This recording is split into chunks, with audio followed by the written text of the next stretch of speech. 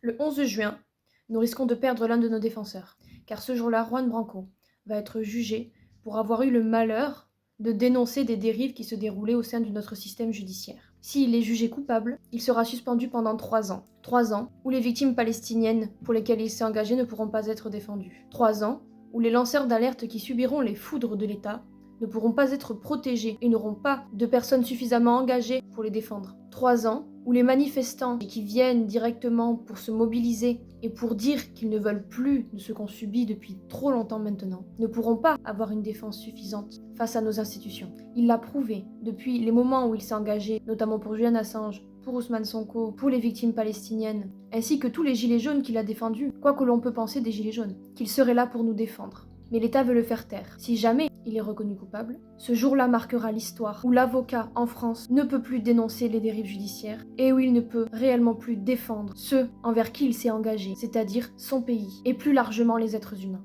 Je ne pourrai malheureusement pas être présente ce jour-là, je l'avais prévu, d'ailleurs tu peux voir ici la petite abeille que j'avais achetée à l'occasion pour aller le soutenir. Malheureusement, les aléas de la vie ont fait que je ne pourrai pas y aller, sachant que quelques jours après, je commence mon chemin de Compostelle. Mais il est fondamental que le plus de personnes possible aillent le soutenir ou le soutiennent sur les réseaux sociaux, partagent ses vidéos, partagent les vidéos du mouvement des ruches, que vous pourrez trouver sur le compte l'Alvéole Agora ou de Ruche.org, ou directement sur le compte de Juan Branco que je te mettrai en description, afin de ne pas laisser ce gouvernement despotique nous brimer encore plus qu'il ne le fait déjà. La dignité n'a pas besoin d'être méritée. C'est un droit de naissance. Si on laisse les choses continuer comme elles continuent actuellement, c'est à se poser la question si finalement l'être humain est réellement libre.